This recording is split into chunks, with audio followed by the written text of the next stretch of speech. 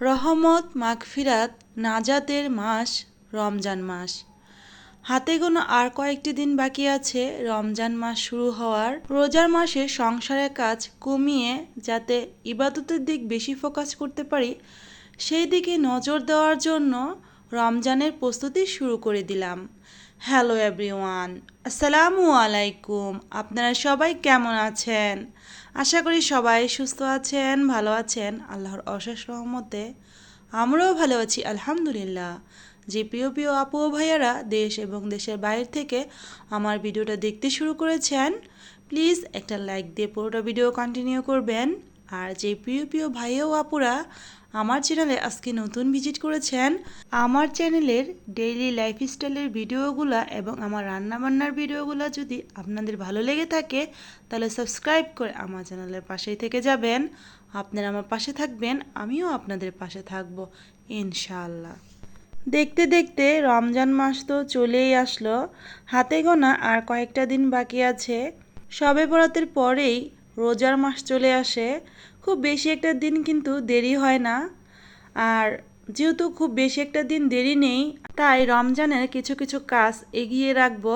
বিশেষ করে ধোয়া মোছা, ডিপ ক্লিনের কাজগুলো কিন্তু রোজার কয়েকদিন আগে থেকে করে নিলে ভালো।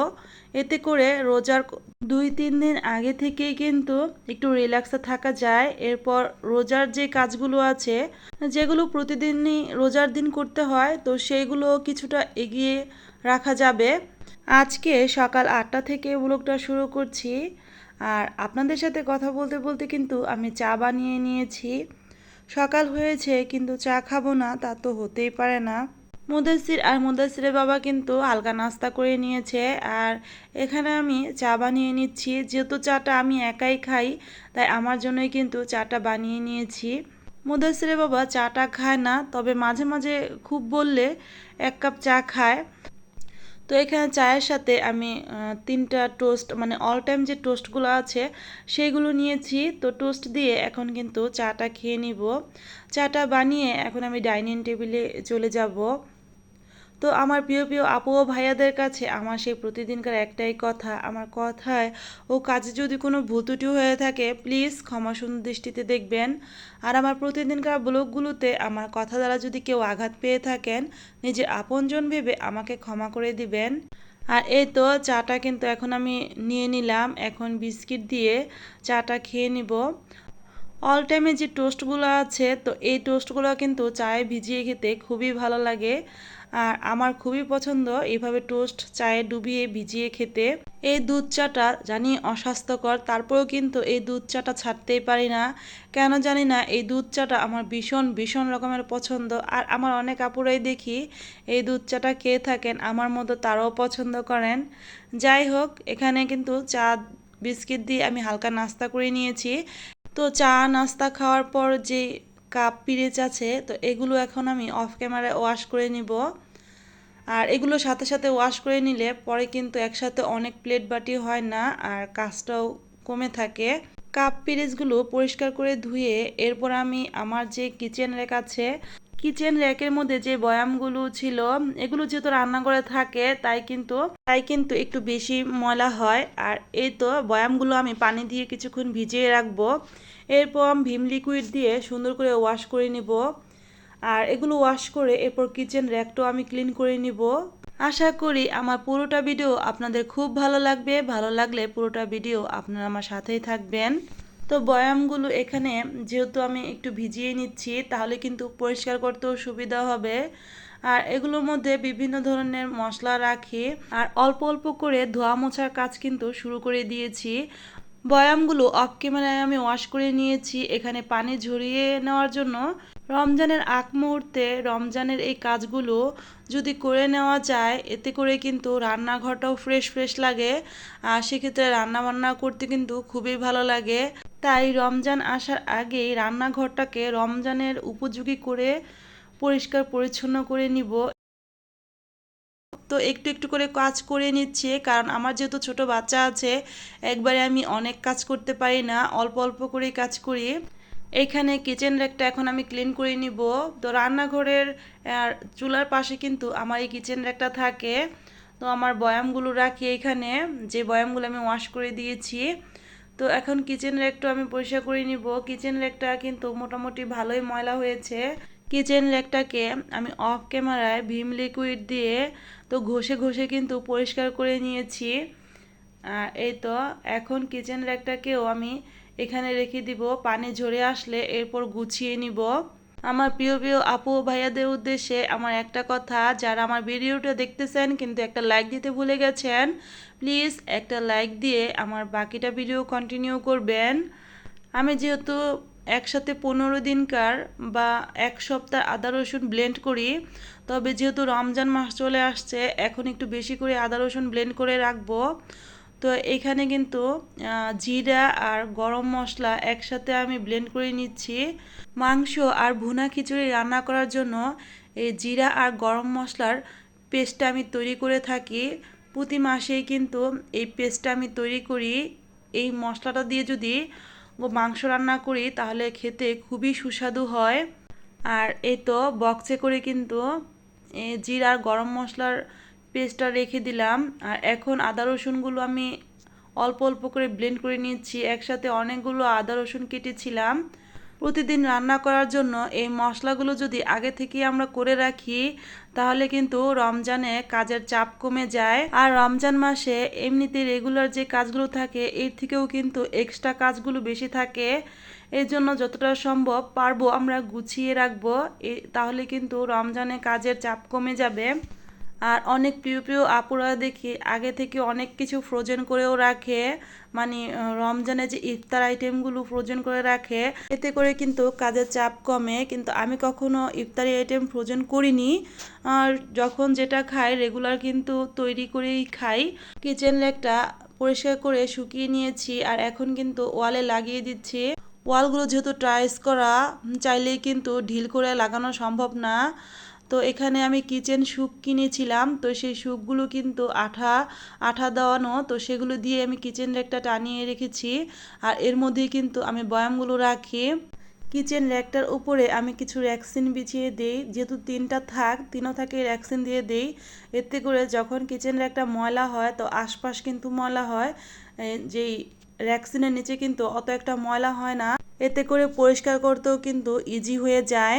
যেহেতু ভাড়া বাসা, ছোট কিচেন রুম, এই জন্য কিন্তু অল্প জায়গায় অনেক কিছু গুছিয়ে রাখতে হয়। কিচেন র্যাকটা এখন বয়ামগুলো আমি গুছিয়ে রাখবো। এই বয়ামটা আমি দারচিনি রেখেছি, যেগুলো আমার রেগুলার রান্নার প্রয়োজন হয়। আর এখানে কিছু শুকনো মরিচ রেখেছি। এই শুকনো মরিচও কিন্তু ভাজিতে বিভিন্ন আইটেমে প্রয়োজন হয়। আর এখানে গরম মশলার গুঁড়ো, আর এটার মধ্যে ধনিয়ার গুঁড়ো রেখেছি। আর নিচের যে তাকটা, মানে মাঝখানে যে তাকটা, এখানে আমি চায়ের যে আইটেমগুলো আছে সেগুলো রাখি। প্রথমেই রাখলাম চায়ের পাতা, এই বয়ামটা আমি চা পাতা রাখি। তো এর পরের বয়ামটায় আমি চিনি রাখলাম। আমি যেহেতু একাই চা খাই তাই আমার কিন্তু এই অল্প চিনিতে অনেক দিন চলে যায়। আর এখানে আমি গুঁড়ো দুধ রাখলাম। চায়ের মধ্যে রেগুলার আমি ডিপ্লোমা যে গুঁড়ো দুধটা আছে সেটাই খেয়ে থাকি। আর এখানে কিছু লবঙ্গ রাখলাম। অনেক সময় লাল চা খেলে কিন্তু এই লবঙ্গগুলো প্রয়োজন হয়। ঠান্ডা কাশিতে এই লবঙ্গ কিন্তু অনেক উপকারী। তো দ্বিতীয় সারিতে মূলত আমার চায়ের আইটেমগুলো রাখি। 3 নম্বর যে তাক আছে সেখানে প্রথমে আমি সাদা তিল রেখে দিলাম। তো বিভিন্ন নাস্তার আইটেম তৈরি করতে কিন্তু সাদা তিলটা অনেক প্রয়োজন হয়। আর এখানে কিছু জিরার যে গুঁড়া আছে তো সেটা রাখলাম। আর এখানে কিছু পেস্তা বাদাম আছে, পেস্তা বাদাম না সরি, এটা কাঠবাদাম। তো একসাথে অনেকগুলো কাঠবাদাম এনেছিলাম, অল্প কিছু আছে। তো এই বয়ামটা আমি লবণ রেখে দিলাম অনেক। তো কিচেন র্যাকটা কিন্তু ধুয়ে আমি পরিষ্কার করে গুছিয়ে নিলাম। তো এইসব আইটেম কিন্তু প্রতিদিনই প্রয়োজন হয়। রমজান মাসে তো প্রয়োজন হয়, রমজান ছাড়াও কিন্তু এগুলো প্রয়োজন হয়। তবে মশলা আইটেমগুলো কিন্তু রমজান মাসে আমার কাছে মনে হয় বেশি প্রয়োজন হয়, বিভিন্ন ধরনের মশলা। আর এই তো কিচেন র্যাকটা কিন্তু পুরোটা আমি গুছিয়ে নিয়েছি। কিচেন র্যাকটা গুছিয়ে এরপর দুপুরে রান্নাবান্নার কাজে চলে যাব। ধোয়া মোছার কাজ করতে করতেই কিন্তু অনেকটা বেলা চলে গেল। আর এদিকে রান্নার সময়ও হয়ে আসছে। তো কিচেনের একটা পুরো গুছিয়ে নিলাম। কেমন হয়েছে গুছানো কমেন্টে জানাতে কিন্তু ভুলবেন না প্রিয় প্রিয় আপু ও ভাইয়ারা। আমার প্রিয় প্রিয় আপুরা কিন্তু অনেক সুন্দর করে কাজ করে, আমি দেখি। আমি কিন্তু অত ভালো করে পারি না, তারপরও চেষ্টা করি। অফ ক্যামেরায় কিন্তু মশলা কষিয়ে এখানে মটরশুঁটি আর আলু দিয়ে আমি কষিয়ে নিচ্ছি। তো মাছ দিয়ে রান্না করব। তো আরেক পাশে চুলায় কিন্তু আমি চিকেন রান্না করব, এজন্য মশলা কষিয়ে নিচ্ছি। তো এখানে আমি একটু ঝাল ঝাল করে চিকেন রান্না করব, এই জন্য একটু ঝালটা একটু বেশি দিয়ে মশলা কষিয়ে নিচ্ছি। এই তো চিকেন দিয়ে দিলাম, এটা যেহেতু ব্রয়লার চিকেন তাই একটু ঝালটা বেশি দিলাম।